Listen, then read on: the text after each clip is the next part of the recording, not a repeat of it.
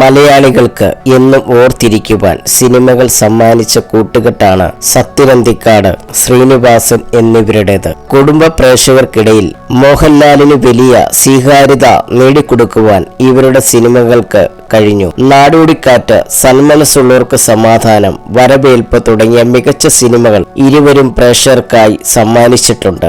ശ്രീനിവാസനുമായുള്ള തന്റെ അടുപ്പത്തെക്കുറിച്ച് സംസാരിക്കുകയാണ് സത്യനന്തിക്കാട്. പലവട്ടം തങ്ങൾ കലഹിച്ചിട്ടുണ്ടെന്നും എന്നാൽ അതൊന്നും ഒരു ദിവസത്തിനപ്പുറം നീണ്ടു നിൽക്കാറില്ലെന്നും സത്യനന്തിക്കാട് പറയുന്നു.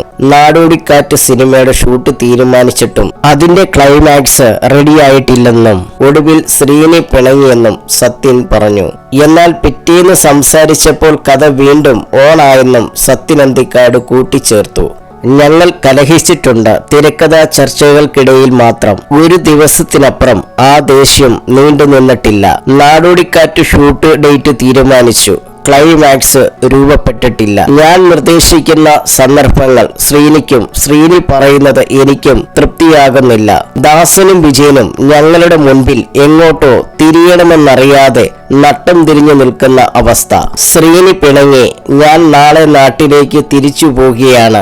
എനിക്കിതിൽ കൂടുതൽ ചിന്തിക്കാൻ പറ്റില്ല. തിരക്കഥ എഴുതാമെന്ന് പറഞ്ഞ് നിങ്ങളുടെ മുൻപിൽ വിഷാന്തേഹിയായി ഞാൻ വന്നിട്ടില്ലല്ലോ.